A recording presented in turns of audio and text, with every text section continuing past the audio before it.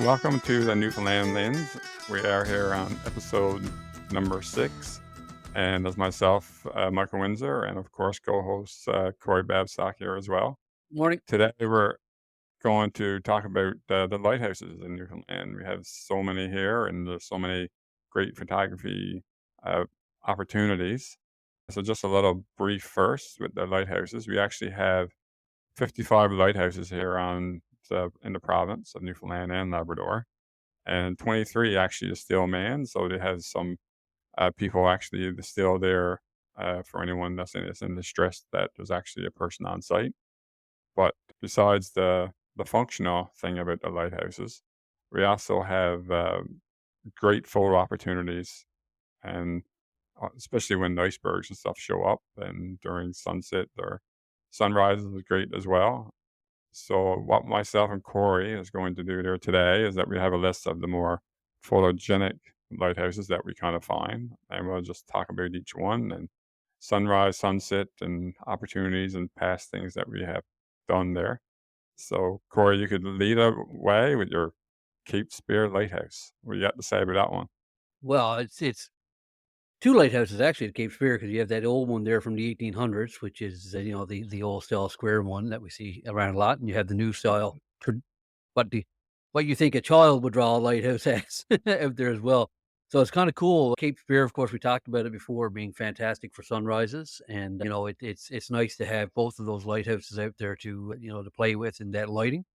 Particularly, I like the old lighthouse. You're quite familiar with it as well. There's a path between the fence and the lighthouse where you can capture the new lighthouse shining down there, and if the sun is coming up, you get the reflection in the windows, and everything makes for a great shot.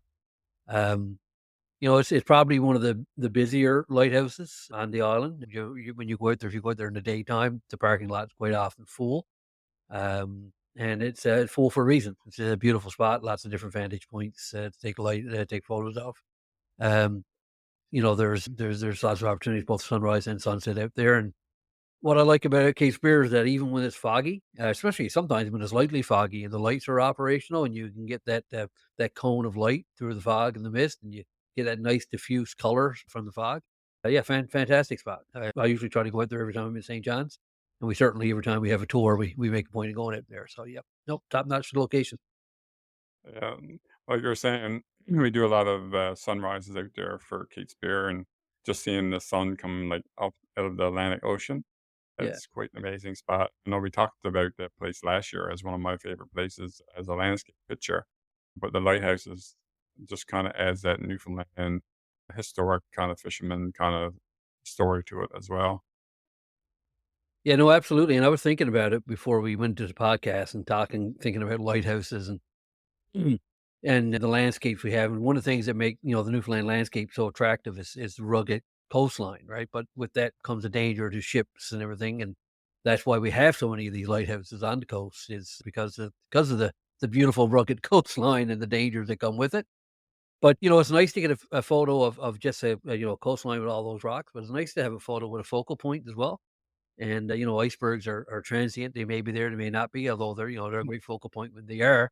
The lighthouses are there, and it makes for a great focal point, or a great backdrop for those landscapes. So yeah, Mhm. absolutely. Yeah.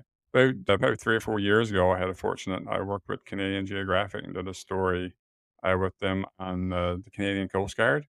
And of Hmm. course, lighthouses is kind of built into the Coast Guard and all that stuff as well. So we visited a couple of lighthouses and went down to Cape St. Mary's, which is on the list. But just seeing like how valuable the lighthouse still is and the operators that is there, it's kind of surprising because everyone now got all kinds of GPS coordinates, could even tell you every little rock and every cove and how to Hmm. avoid it. And even the fishermen, like I still talk to a lot of fishermen around here. And when they're coming in on a foggy day or whatever it is, and the people that's driving the boat, the captain and stuff, is that like when they see the lighthouse, they know they're home. And Right. that's the still feeling that Yeah. no matter back in the 1900s or if it's today, they still got that feeling, right? We should probably warn people too, if you go out at the lighthouses when they're in operation. A lot of these, most of them, I would imagine, if not all of them, have foghorns as well, and those things they can They can be quite loud, vibrate every bone in your body when you're next to them. Yeah, for sure. And I also found when I was doing that as well that every horn on every lighthouse has actually got a different tune or a different kind of rhythm to it, so Mhm. you'll know which one actually it is and where they are, which is Yeah, pretty it's a lot cool. of there's a lot more to it than just a building with a light on top of it, right? When Yeah, you start digging into it. and you also like when it comes to how far distance it goes and what range it covers and like everything, you think it's just just from a blowing a horn, but there's a lot more technical things to it than that. A lot of science behind it, yeah, Yeah, it yeah. is for sure. And they've come a long way. I remember the Bonavista Lighthouse and a lot of the historic lighthouses have an opportunity for you to go inside and to see the inner workings of them. I know the Bonavista one's one of them, and they were explaining how the light would rotate via counterweight. They pull a rope and then counterweight would work back up, would spin the light, but it would take, I think they said 3 hours. I might be off a little bit there, but it was, a significant amount of time. But somebody every 3 hours had to go up and pull the counterweight again in order to keep the lighthouse operating. So the lighthouse keeper and his sons would, alternate back and forth so they get a little bit more sleep, right? Pretty cool. But, Pretty cool part of like history. like you say, like the history of the lighthouses, because even the one in Kate's Spear, which is actually the first lighthouse in Newfoundland and Labrador, well, Newfoundland for sure. And back then, you used to use well oil and mirrors and all that stuff for light. Mhm. So it come under quite a distance when it Yeah, comes to back to then, right? yeah, absolutely. Yeah. And they're fun to photograph. And especially one in Kate Spear, I find when the sun is rising, like you said, at sunrise or at sunset, both times are great. Uh, because in the evening, you get that nice light coming down the other way, Right. on like call it the backsides of the lighthouses sort of thing, and just to see the colors and orange glow on the buildings are pretty cool. Absolutely. Yeah. Mhm. So Cape Spear is good. What else we got? Cape Race. I was in there a few times and got some pictures of that one. I got it in the nighttime with the light coming around. Down there is kind of a cool picture because you could get closer down on the rocks, but don't get too close to the ocean, as we always Right. say. Mhm. But if you know where you're going, you can stay quite a distance and you still get a lot of rugged rocks in the foreground of the lighthouse, which kind of adds to a nice picture as well. And Cape Race is well known for a historic event as well, eh? Well, the very first signal from the Titanic when it hit the iceberg, was Yeah, that picked up at Cape Race? It was, right? that's Cape Race. Yeah, Yeah, yeah. yeah. They even Yeah. got a down in the lighthouse's little museum. They got some artifacts and stuff down there with the Titanic too. I was down there for the first time this past summer. We were staying down in Portugal Cove South there and, run to Cape Race, and yes, you're right, you if you know what you're doing, I didn't know what I was doing to get down on the rock, so I didn't even push it. Took some Yeah, photos, from further up, but still got some nice stuff, not as nice as probably the next lighthouse, we can talk about that's in that region is the Fairyland Lighthouse, which I visited that same trip as well. That's a very nice location there. yeah, yeah. And the only last thing I want to say about the Cape Race is that there's snowy owls down there sometimes in that area. Like, it's quite a Right. distance to get out to the point, and there's really nothing to see on the way out there. But sometimes if you're lucky, there's usually some snowy owls that may be around. My, I have to go start the car. Yeah. They're a bucket list. I've not yet photographed snowy owls, and it's a big bucket list item for me to check off my list. Because different topic, I know birds of prey are, very a Oh, favorite. Yeah, yeah. yeah, But it's funny because the last time I saw it, the other time I actually took a picture of a snowy owl was at Cape Spear I think it was like probably 10 years ago. yeah. There's a couple Yeah, they that show up showed up. a few locations rarely, but yeah, Yeah. not as common here as they are in Lake Ontario, certainly. Learn how to capture the best images and develop your camera skills with workshops held in Newfoundland and Labrador's most inspiring natural landscapes. Newfoundland Photo Tours. Book your workshop today. Yeah. But, like you said, the Fairyland ice the Fairyland, lighthouse, Yeah. that is real that's a real nice one.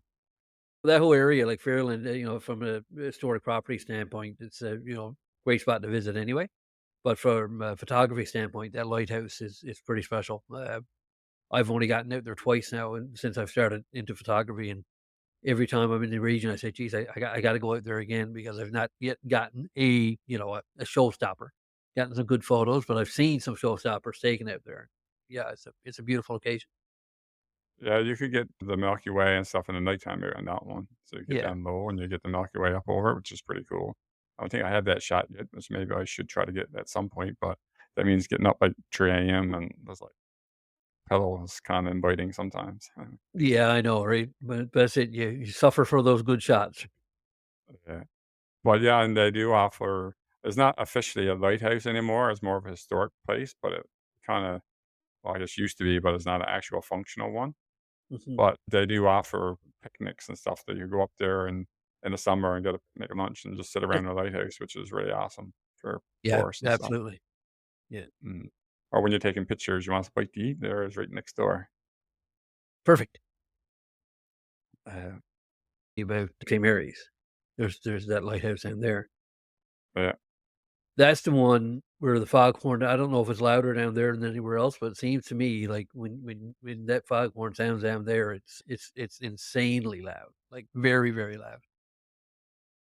yeah, it's a loud one for sure. Yeah, Um, and one of the cool things about that lighthouse is that if you go out and you take a picture of the northern gannets in the nighttime, so if you go out during the summer, it's like around 12, 1 o'clock a.m. But of course, you got to know where you're going because it's dark and there's cliffs that right. you follow you're not coming back from. But Exactly. if you're with us during our photography tours, we'll make sure you're safe, of course. But anyway, when you go down there, the lighthouse actually, the light spins around, like probably, once every 10 seconds or whatever it is. So if you do a long exposure, you can get the northern gannets in the foreground. You get the Milky Way, and the light from the lighthouse actually does the light painting on the birds itself, which is really Very cool. cool. It's a Yep. really cool shot. Write that one down for the for the old bucket list. Yeah. I Yeah. owe a picture of it. Maybe I'll add it to the YouTube video as Yeah, well. no, I don't think I've seen that one either. Yes, that would be, yes, do that. It's it's really Upload it. cool. Yep. But, yeah, that's a cool lighthouse, and we was actually up on the top of that one, and I think a couple years ago, with one of the storms we had, there was so much wind that was coming in that it kinda tore up the rocks and stuff and broke some of the glasses, but now they do have it fixed again in the lighthouse, but some of the glass and stuff got shattered and things like that. Yes, rough spot, especially in the winter. I mean, that's yeah, that takes a pounding, that coast. Yeah. So another one you probably got more familiar with than I do is the one in Twillingate. I was out there and I got some pictures of it, but I know Yep. you spend quite a bit of time out that way. Yeah, no, absolutely, yeah. The Long Point Lighthouse, really nice, photographic opportunity there. I really like sunrise and sunset there because the sun rises on one side of the lighthouse and sets on the other. So, you're spoiled for choice as to when to go for your best lighting. And it's a nice old structure too. It's probably one of the older ones around. It's got some real character to it, nice red and white, so you got that pop. And I really like footage of that lighthouse. It's one of my favorite places to do some drone photography because you can catch Twillingate in the background, and if there's icebergs around, especially, you get an iceberg, in the bay, Twillingate, and the lighthouse. Yeah, it's a really really special spot. And again, I can't stress enough, even without the drone during iceberg season, it's you can quite often catch an iceberg and the lighthouse in the same shot. Yeah, absolutely love that spot. When I was out there, I used a drone, and the thing is, where the cliffs are so high there next to the lighthouse, you can't Yep, really walk in front of it too much because just the way that just the landscape is. it's So it's I'm it's a shooting long way upwards down. Yeah, and a long way there, unless you know how to fly. yeah, But yeah, drone shots from there is really cool. yeah, Yeah, I must say, yeah. and the scenery up there on top, looking out over, you can see looks like forever. It's a great spot for whale watching too. We get a lot of whale activity up there, and there's a lot of fishermen that fish just off the Flying Point there, and you get the big swarms of gulls chasing the boats, and yeah, it's a great spot. Lots of different Mhm. things to take in up there, and that's one of the nice things I like about a lot of these lighthouses is that if you go out there and the lighthouse shot isn't there, there's always opportunity for other shots. So it's not like you're going for that one thing and one thing only. There's a lot of Yeah. other opportunities for shots there, seasonally, depending on what's around. So, I saw some people post online, they had some pictures with the northern lights there over the 20 Gate Lighthouse too, which is really cool.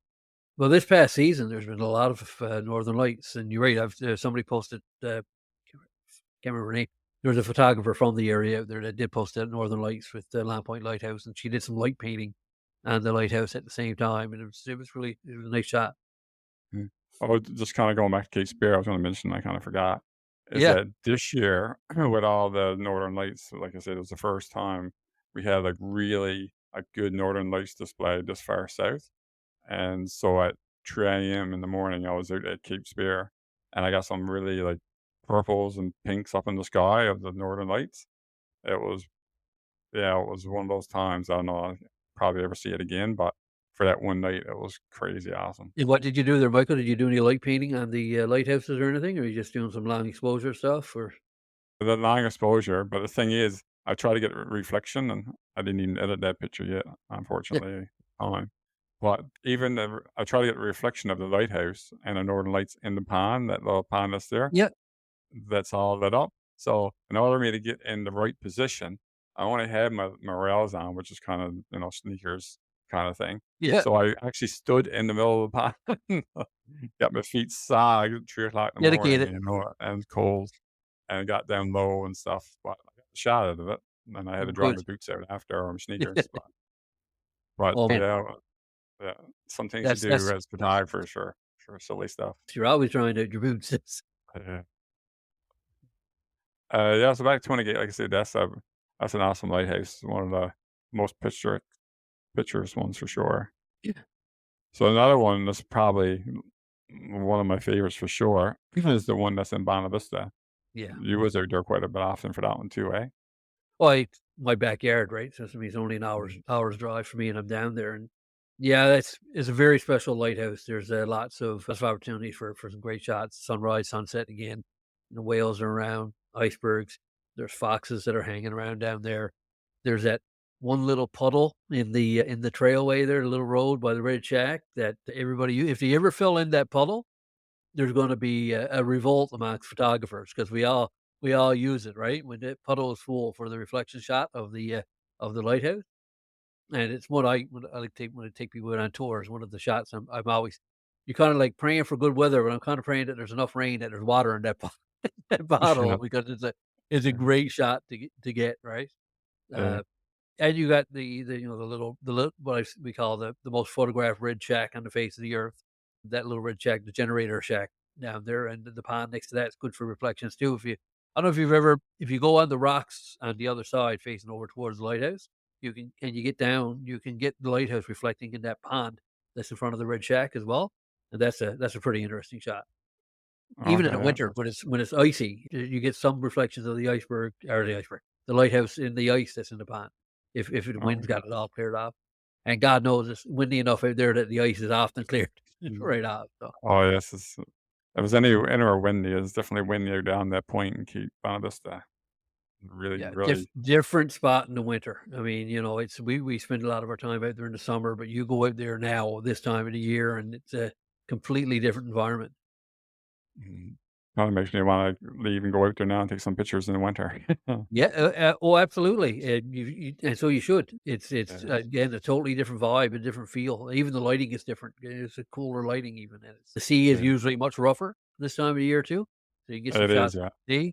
If you go over and again, the first viewing area that's right across from the parking lot where you're kinda looking up the hill a bit towards the lighthouse and the visitor center and that when the sea is really up there, the waves go up between that little gap, and I've gotten photos of waves in front of the lighthouse because the water would come up that high out of that little gap in the winter, and yeah, it's definitely worthwhile trip out there in the winter, especially if you can track it at a time when you know the seas are gonna be up a little bit. Yeah. So I've been out there, like I said, a lot as well. It's probably one of my favorite places in the province, as I said during the last podcast, but Mm. I was out there and I got a sunrise. I got one shot, like I said, coming up, and I kinda got on one side, there's people makes the nuckshucks all on the rocks everywhere. So I kinda use that as kind of like a foreground element, and so I got Yep. the sun kinda coming through it, which is pretty cool, and one of those mornings where the purple in the sky was just wanna blow your mind sort of thing. So, I got one there on that shot, and like you said, the puddle in the water too, or Yeah. the little puddle that's there, Yeah. I find I myself when I'm doing tours, is that you park and you come around the corner and just kinda waiting, hoping, hoping, and to see if there's gonna be water in there. Right?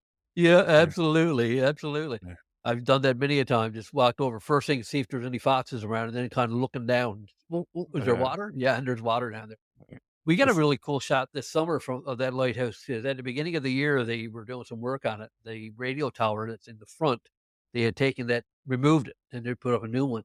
But I got shots from the Zodiac, from the water side, without that big radio tower in front of it, so you kinda got how it looked before modern times, and yeah, that was a really cool shot to get. That's a once in a lifetime thing, because God knows when they're gonna take that tower down again, so it was nice to be out there and get it from that vantage point. yeah. And they painted it last season too, so it got a lot of bright reds on it. Yeah, no, it's a good looking spot, and it's just again, we're talking about the lighthouses, but just to draw to that spot in particular, and there's a puffin colony is right there behind the lighthouse, and again, the foxes have been around quite frequently, and it's another spot where you can easily go and spend an afternoon or full morning and not even scratch the tip of the iceberg when it comes to what you can see up there. So. Yeah, yeah, But it is nice to have that lighthouse as a focal point, a point of reference. yeah. Probably the most seen lighthouse when it comes to travel is the one that's in Fort Amherst there in the harbor in St. John's. Yeah. That one is a really cool lighthouse because of the location, but all the big major ships comes through there and, cruise ships and then is in, the major city of the Newfoundland, the province too, so it's a really, real cool spot. You got a super fantastic shot of that lighthouse with the iceberg behind it when, the iceberg came in there. Thanks. Yeah, that was funny, because that season, I remember that I wanted to go get some pictures of icebergs. So I said, "Well, I'm going to Fogle Island, and I'm going there that way, and going around the coastline and take my time. Take 4 or 5 days, go on up the coast and look some icebergs, and just by myself doing my picture thing." Yep. And I left first, and I'm originally from Pools Island, so it's a 4-hour drive. So I left and I drove. I got home and said I'd spend there the night before I kept moving on my journey, and turned on the news, only to see there was a lighthouse. I mean, there was an iceberg by the lighthouse in St. John's. Right. I was like, Yep. "Oh my god!"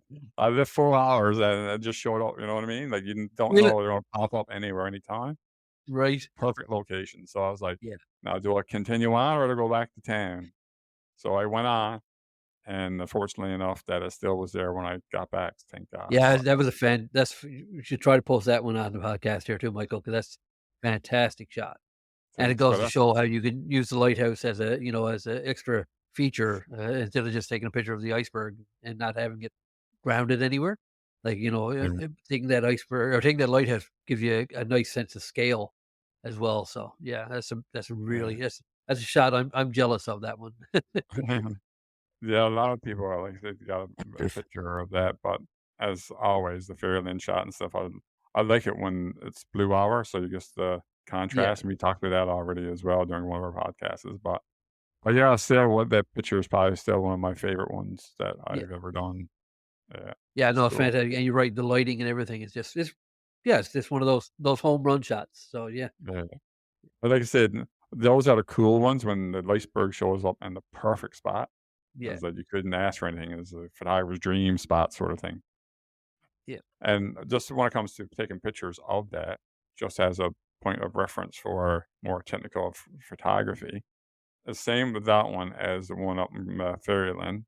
If you saw that one on the website or whatever as well, is that when we shoot it with a longer lens, so it's a mhm, lot of compression. yeah. So it looks like the iceberg is really close to the subject in the foreground. So the lighthouse or the house is up in Fairyland, but really it's more of using a long telephoto lens, and then that kind of draws it together. It kind of looks like it's almost touching, but still it's quite a distance from the actual land. So, just for my own, interest, where were you standing when you took that shot So if you beforehand? go there, I went to the lower battery where the cannons are, Right. and when we do the tour, we bring people out there, and I shot quite a distance. I think I was shot at about 300 millimeters, I think it was. So it kind of compressed it a little bit. So it Yeah. was cool. No, it's fantastic. Yeah, it's a good, you know, it's a good lesson for photographers that you don't have to drive right up on top of where the iceberg is to get the good shots. Sometimes it pays to stay back a little Yeah. bit and frame it and get that, that those Yeah. objects in the foreground. Because I found that a lot, that kind of straying off the lighthouse topic, but you see a lot of people posting pictures of icebergs, and it's just the iceberg in the water, and there's no, there's no frame of Yeah. reference there. There's no scaling. It's nice shot, It's a interesting nice, lighting, yeah, yeah, iceberg. but it's the iceberg. So using a lighthouse as a method of scaling how big the iceberg is, and that's very, it's a good tool to have in your box. Yeah. Yeah, there's lots of tricks when it comes to using the camera of trying to get different shots and all that, and I find that's a good one for icebergs and stuff, but a lot of things as well. If you want to get things looking same as the moon, if you want the moon look bigger and close to something, same thing, Yeah. right? Telephoto lens and all that jazz. Before we leave the Bonavista Peninsula there, I just want to touch briefly on another lighthouse in that area down at Kings Point. Kings Cove, not Kings Point, Kings Cove. It's a tall, slender white lighthouse, but it's at the end of a little trail, and there's quite often icebergs in that area as well. And I've gotten a couple of shots, not great, but showed me the potential for future shots of that lighthouse in the foreground and icebergs in the background there in the bay. So, and it's a nice little lighthouse anyway. It's a nice place to visit. Geology out there is absolutely mind blowing. So it's, again, there's always more than just a lighthouse when you go visit these places. There's more Yeah, things to see. and that was a good one too. When we're out in Zodiac, you see from the water is really cool. Yeah. Yeah, absolutely. It's high. It's high up. Like, you don't realize just how high up it is until you're down in the water looking up, and you're like, "Wow, that's way up there." Yeah, I think they got some sea caves and under it too, or right close to it, if I remember right. it does. Yep, yep. Cool. There's a sea cave almost directly under it, and there's a big, what we call it, bacon strip rocks. There's just the layered rocks, and it looks like strips of bacon right beside it there as well. It's a really cool spot. So another lighthouse that I photographed a few times, but I actually went and got another photograph of it probably about a month or so ago, is in Greenpoint, the one out in Puffin Island. Yes. You can't Yep. really get out there unless you go on a boat, and it's quite a distance away, but on the horizon, it's pretty cool. So I got a picture. There's a lot of rough seas, and there's a lot of rocks in the foreground, so there's a lot of movement in the water. So when you use, like, ND filter and get, long exposure. Well, I was there for sunrise, and I got the sun as well coming right out of the ocean, Oh, very which nice. was really cool. So I got the Yeah. lighthouse and the nude water and the lighthouse and a lot of sun coming up. So it was one of those moments where it's like, "Yes." All came together. Yeah. Yeah, Yeah, so I took that's some. I was out to Green Pond this summer. I took a couple of shots of lighthouse, but bright day. It was just more so, and now I know where it is for the next time I go out, right? But yes, it is quite a ways off, and I guess you must have used telephoto on that one too, did you? When you yeah, I think I only used a 70 to 200, I believe it okay. was, if that. And I flew my drone out there too because it was one of those really rough, savage sea days, Yeah, and so I flew my drone out. I didn't do anything with it either when it comes to editing, but I know I do have it. I looked at it, it's pretty cool, and I'd fly out and you see all the waves crashing up around the island. It's very pretty cool. cool. That's maybe a topic we can talk about some other time. Is tools in your tool bag, and like the drone has become like a, almost an invaluable, well, it is an invaluable tool, and that I take with me all the time now, Right. for those types of aerial shots, and again, for lighthouses, most of the drones nowadays have the automatic track where you center on the lighthouse and you tell it to do a circuit of the lighthouse, or even a flyaway of the lighthouse. And yeah, lighthouses make for really good subjects for drone footage as well. Absolutely. That, well, like I said, is a new perspective that you wouldn't get unless you wanna rent a helicopter, Right. and they're kinda more expensive than a drone, so Strap onto a couple of seagulls or something. Capture the beauty of wildlife, icebergs, and incredible landscapes through your own camera lens. With expert instruction, workshops, guided tours, and more. Newfoundland Photo Tours. Book your experience today. so there's a lighthouse that I find that's really underrated, and it's probably not really well known, but for picture-wise, it's like wicked spot, and that's the one out there in Grave, out that way. It's called Yep. Greenpoint Lighthouse, and It's not like a big old building, it's just like the lighthouse itself, but the location, you kinda look towards it, you got this nice colorful red and white lighthouse, and in the background, there's some rocks there in the back, so when the sea comes in, it kinda you can put on an ND filter there and kinda work magic, and then when the sun too kinda hits it at sunrise or sunset, it's a real cool spot. It's one of my favorite spots for sure. Is that do you have to walk to that one at all? Is that a drivable one or You can drive out pretty much all the way, and the walk is probably just, like, less than 5 say, yeah, okay. 3 minutes maybe to get down to where you wanna be. I've not done that one yet, but that's an easy one to do because it's relatively close as these things go, so, Yeah, I'm not sure if they plow the road in the wintertime, I think they do, I think they have to, but it's a real cool spot. I actually like to go out and get a shot in the winter, so I might yeah. have to pick a day trip to go out there and see if I get someone sometimes you get a picture of the lighthouse and you get, like, the ice and snow off them as well, which kinda adds Yep. to it. Yeah, that's you make for a good point 'cause, you know, we visit a lot of these, in our tours, especially we visit them in summer months, and, Mm, you know, going out there and that's what I like about being so close to the Bonavista one. I can get out there in the winter, and it's a completely different perspective, completely different, yeah, and when it's you been it would be nice to visit some of those other lighthouses in the winter. and There's one we're when gonna you probably talk about in a bit that I wanna visit in the winter as well, because I got a feeling that one gets some pretty good spray and ice in the winter. That's mm, the one out at the Port Choix, Point Rich Lighthouse. yeah. That and the thing about it too is when you're out in the winter, your fingers is all cold and your nose is Yeah, probably running because it's so cold, it's like glasses are steaming up every time you look down. yeah, Yeah. but, like, of course, as photographers, we do it because we enjoy it. Yeah, Well, I know that's people say, "You're nuts going out there and this stuff." And, "No, man, this is when this one is good." yeah. Yeah, go ahead with the lighthouse you just mentioned there then. Yeah, so on the West Coast, up just past Gulfmore National Park, I spoke about it briefly in our landscape chat, and that's the lighthouse at Port Choix, and it's the rocks out there are all these I'm not a geologist, but I think they're volcanic type rocks. It's almost right on the rocks on the water. So I can only picture that in the winter when the sea is up, it must get a lot of spray. And it would be cool to see the ice, you know, forming on the lighthouse, and that would make for a fantastic shot. Fantastic shot anyway. It's the sunset's in behind it, and it's, you know, it's right on the water, so the horizon goes on forever behind. It's a very Mm, nice location to shoot. It was a happy discovery. I had no idea it was out there. It was when I was, out on the West Coast, Grossmore, and I just like we often do as photographers, let's go for a drive and see what we can see. And when found it, and fell in love with it right away. And it was one of my favorite photos I took this past summer actually was of that lighthouse. So it's yeah, it's a really nice spot. But again, I'd like to see it in the winter just to see okay. how that changes the scene. Be cool to get some picture of the caribou hopefully out there in the wintertime as well. Yeah, yeah, Mm, yeah, absolutely. And I've seen pictures online of caribou right by the lighthouse because you know that's right where they are. And yeah, yeah, it's a magical spot. yeah. So since we're over on this side of the province now, so Lobster Cove Head Lighthouse is a real nice one as well, I find. Now that's right up, right? That's pretty That's much up. there in Rocky Harbor, Okay. out on the point there. Yep. It's a picturesque, and that's a good building. I think that's more of a historic landmark now than, uh, There's but a it's still functional used. lighthouse.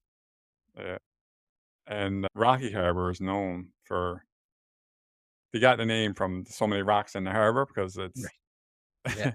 so we're trying to navigate, you know what I mean? It just kind of rocks all over the place, so a lighthouse It's an definitely required apt there. name, yeah. It's very rocky. Yeah, Yeah. yeah. But yeah, that's a good one. There's a lot of nice grass in the foreground too, so you get down low, and if the sun's coming in, it hits the top of the grass is really cool.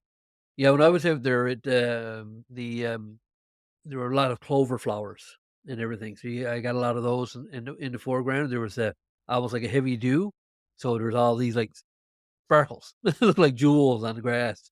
Yeah, Yeah, that's you're right, cool. really nice spot. If you try to walk around if you walk around the backside of that lighthouse, so and to try to get the towers, again, it's a fair drop down to the water behind that one too. A lot of these things are well, they're high up for a reason, but, yeah. Yeah, and what else do we have in that side? Rose Blanche Lighthouse. That's Yeah, that's a what bucket I haven't been. That's a bucket list for me. I'm gonna and I'm ticking that one off this fall or this summer. This 100% because that's right in my wheelhouse. I love the older heritage type structures, and that one being built of rock. It looks ancient, so that's a very very exciting one for me to be shooting.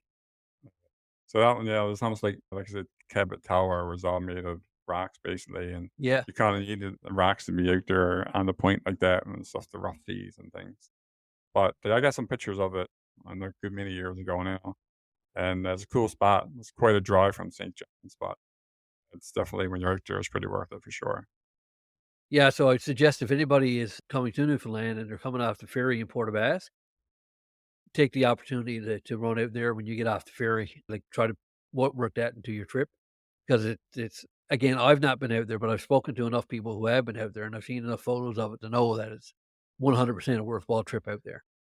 There's Point Amour Lighthouse on the way to Labrador, like if you're going to Battle Harbor. It's a it's a really tall one, and you could see it. Well, I could see the land anyway from the province, but it's a really nice lighthouse, and you could go there as well. When I was there was actually whales going back and forth, which is always a cool spot. Is that a manned one now? Is that automated? Not 100% sure. I know there's a from Billings there. I think it Right. actually is. I think it's a main one. I believe it is, but I'm not That's why I was 100% looking at the sure. photos of it. It looked like quite a number of outbuildings, so I was wondering if, it was manned or not, but Yeah. I was up there one year when on the way back from Battle Harbor. It was in the evening, and there was quite a few mosquitoes around. So I had my fly net on in order to get out and take some pictures. It's not always yeah. like that, but that one particular evening, Yeah. it was, I call it. You get home in Lightroom and wonder what all those little black dots are in your in your photo, right? Yeah, there's a lot of trying to get those black dots out of your pictures for sure. That's the downside of Labrador, and it's probably one of the only downsides is that the bugs are the flies and the mosquitoes are quite thick. Yeah. I usually find those only usually a certain time of the year when Yeah. in the season, usually around June as well, they kinda come out, but it's not like that all the time. There's a there's a ton of tons of lighthouses too that aren't accessible by foot too. There's one in particular on the, Bonavista Peninsula. There's a trail you can take out of, Port Union called, Murphy's Cove Trail.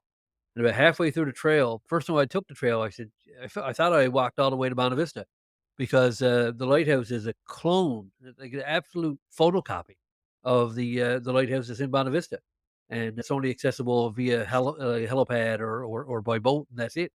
But and I know there's other islands around that are only accessible by boat or helicopter as well. Yeah. Well, like I said, we only as we've been talking here now for the last, 40 minutes or so, Only just yeah, as that, we only touched what we find some of the lighthouses that we have been that we find, nice for taking pictures and stuff, right. but we just have so many. If you wanted, like you said, a road trip some year, to go and visit all would be pretty cool, but we do have a lot of lighthouses for photography opportunities for Oh, sure. absolutely. Yeah, it comes with being a marine province. You gotta have those safety things, lighthouses in place. So, but again, I can't stress enough just how interesting they are to shoot. And every single one of them has its own unique charm and its own unique photo that you can capture. It's not a if you've seen one, you've seen them all kind of thing. Every single one of them's different and offers something new. Yeah. So if you had to pick, or, 2 or 3 lighthouses, which one would you pick, you say? Well, Cape Bonavista, just because again, that's I know what you've got out there, and the opportunities for photography are just bango. The one I haven't been to, like Rose Blanche, just because it's so unique, being a stone structure. I really, really, really, really can't wait to get out to that one. Yeah. And I gotta say the one at Port Choix, Point Rich, it's a new place to me. I've only shot it once, but it's got a lot of possibility. Lots of, like you said, lots of wildlife out there too. You get caribou out there, lots of foxes. You're right on the water, and it's a new and interesting spot. It's probably not as visited and photographed as much as some of these other ones. So yeah, Yeah. how about yourself? For me, of course, I still like Fort Amherst is just the location it is, and of course, any lighthouse where an iceberg shows up next to it is my favorite lighthouse. Right, exactly. And Cape Spear, like I said, is close, and I've been out there a million times with people, Yeah. but still, it's just a really cool spot. So those two for sure, close to St. John's, and like you said, Bonavista, you can't go wrong with that whole area. It just as a photographer's dream, the island and going out there is similar for sure. But yeah, so like I said, now we've been chatting there for a lot about lighthouses, and hopefully this give you some more information on when you come to Newfoundland when it comes to more photography opportunities. But Corey, if you just wanted to give a little spiel about where you can Yeah. find us on podcasts and stuff. Oh, absolutely, yeah, and if you have any specific questions about lighthouses or places to go, you can look us up on the Newfoundland Photo Tours website or just reach out to us via the podcasts, and we'd be more than happy to answer any questions you might have. But you can find us on wherever you get your favorite podcasts, Apple or Spotify, and of course we're uploaded to YouTube every week. If you want to have a look at our ugly mugs while we talk as well, I heavily advise just going with the Spotify or the Apple and listen to it while you're driving.